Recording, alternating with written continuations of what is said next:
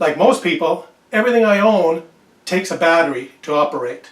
I've got boxes of batteries, D size, C size, AA's, AAA's. I've got them all. Hi everyone, I'm Pomerleau, and today I'm going to make a battery dispenser. The D-type battery on the left is the tallest one, so that's the depth I'll be cutting all my spacers at. I have lots of 2x4s, so that's what I'm going to use to make my spacers.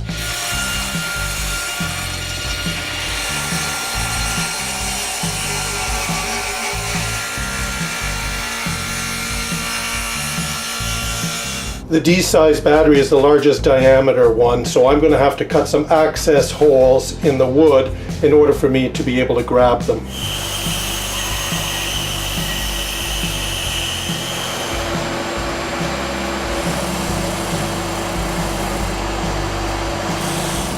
I'll glue and tack on the base.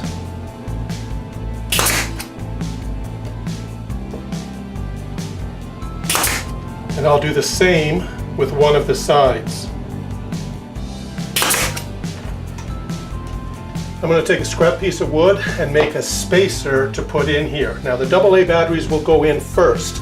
When you put two of them side by side, it's a little more than an inch. So I'm going to cut my spacer 1 inch, which will force the batteries to be one sort of offset to the other.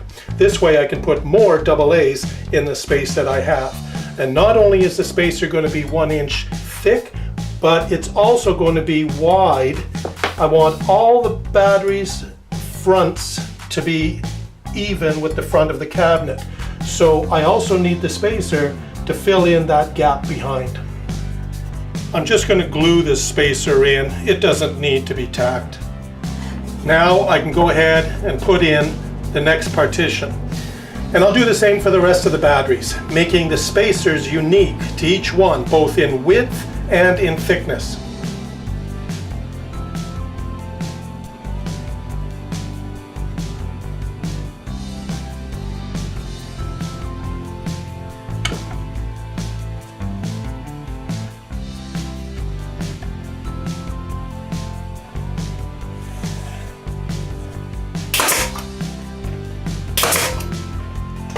I'll cut out a piece of plexiglass for the front.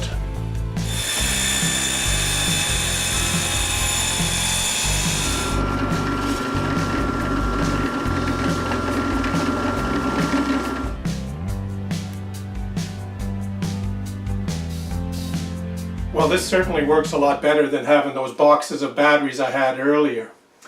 But this is my first one I've ever done, and I've learned a little bit with it. If I had to do it again, I would make 3 changes on it. First of all, I decided to put batteries side by side in it, thinking it would hold more batteries. And although it does do that, it makes it difficult to grab a single battery out at the bottom. So I think next time, there's no choice, I'm going to have to make the slots narrow enough that the batteries just stack one on top of the other. If I need more batteries, I'll just make it longer. Second, even though for the cutouts, which we make in order to grab a battery, even though we need it this high in order for the D-size battery to come out, we certainly don't need it to go back as far.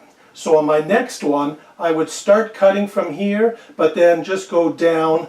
Right now, there isn't enough wood back there to support the batteries on the bottom, and they wiggle around a lot. So I would have the wood a little more forward at the base.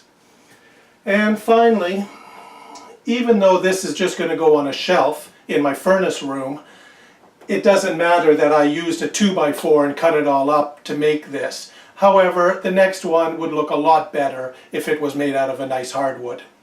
So for my version 2.0, those are the 3 that I'm going to change.